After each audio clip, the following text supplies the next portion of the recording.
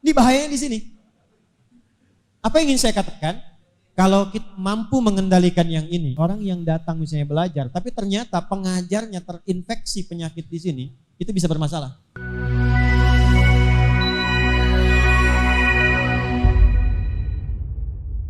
Jadi sekarang kita punya persoalan serius yang sekarang menginfiltrasi dan menginfeksi hampir setiap kalangan manusia di muka bumi ini.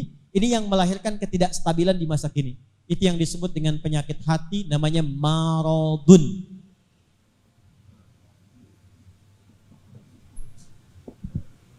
Kenanya ke kolbun.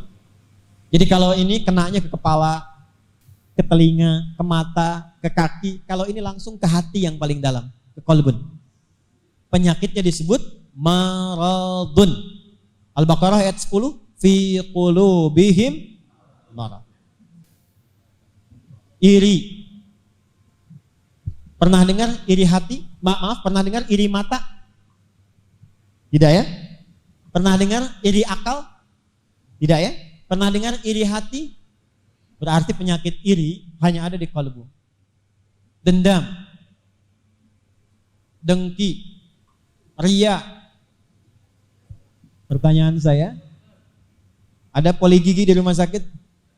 Ada poli mata? Ada poli jantung? Ada enggak poli ria? Baik. Poli iri, poli dendam, poli dengki. Padahal, maaf, kalau orang sakit kepala, sakit fisik, sakit tangan, ya, yang tertekan hanya bagian fisikalnya saja. Tapi kalau sudah kena yang ini semua kena, Pak. Ada orang iri hati, karena kena iri, dia nggak bisa makan. Pusing saya, yang pusing kepalanya. Kenapa Anda pusing? Itu kawan saya tiap hari ganti handphone. Yang ganti handphone temannya, yang pusing dia tuh. Ini bahayanya di sini. Apa yang ingin saya katakan? Kalau kita mampu mengendalikan yang ini, Pak, ini ada di sini kita ada calon-calon bidan, calon perawat, calon macam-macam ilmu kesehatan. Anda bisa bayangkan nggak? Orang yang datang misalnya belajar, tapi ternyata pengajarnya terinfeksi penyakit di sini, itu bisa bermasalah. Ilmu yang disampaikan tidak akan maksimal, karakter yang dibangun tidak akan baik, punya masalah dengan sifat dendam, dibawa ke dalam suasana mengajar. Maka yang keluar kata-kata yang kotor, emosi yang tidak stabil, dan itu menular kepada muridnya ketika keluar dari itu. Yang keluar adalah yang diingat karakter yang buruknya. Makanya komentar Imam An-Nawawi ke dalam para pengajar ketika akan mengajar, kata beliau, sebelum masuk ke kelas, stabilkan dulu semua keadaan emosinya. Jangan sampai mewariskan latar belakang emosional yang tidak baik sehingga menularkan karakteristik yang buruk kepada muridnya. Karena itu yang akan dikenang. Profesor yang hebat sekalipun tapi pemarah, ketika keluar yang dibincangkan oleh muridnya sifat marahnya, bukan ilmunya. Maka ingin saya katakan, Ibnu Sina sangat concern dengan urusan yang ini sebelum masuk ke sini. Maka beliau mengarang satu kitab khusus untuk bisa memberikan inspirasi bagaimana menstabilkan keadaan jiwa yang sehat, yang bisa berdampak pada sehatnya akal, pengetahuan, sampai kesehatnya fisik.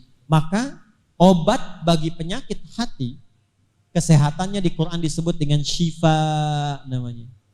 Asy-syifa. Itu yang ayatnya dibacakan oleh Qori kita tadi. Quran surah 17 di ayat yang ke-82.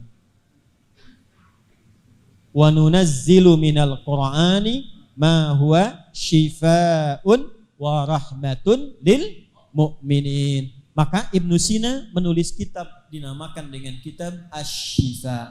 Kalau Bapak Ibu ngaji kitab Asy-Syifa ini ada 3 jilid. Kalau Kapita Selekta kedokteran, Canon Fitib, ya, The Canon of Medicine itu langsung ke fisikal. Yang obat, yang sumber, yang ini. Tapi kalau Asy-Syifa itu membedah tubuh kita dulu dengan 3 pendekatan ini. Di rohnya bagaimana, emanasinya seperti apa, jalurnya kemana. Jadi kalau psikolog itu misalnya memberikan solusi ketika muncul perilaku, tapi kalau ini ilmu nafsi memberikan solusi sebelum jadi perilaku.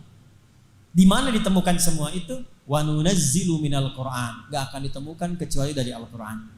Makanya saya ingin memberikan satu referensi, mohon maaf bukan bermaksud mengajari, tapi berbagi saja. Kalau kita ingin mengadakan satu kuantum dalam lompatan pengetahuan, kestabilan dalam kesehatan, apalagi ini lintas paletehan, maka kami mengusulkan akan lebih bagus jika dibuat program-program untuk peningkatan syifa sebelum ke dakwah.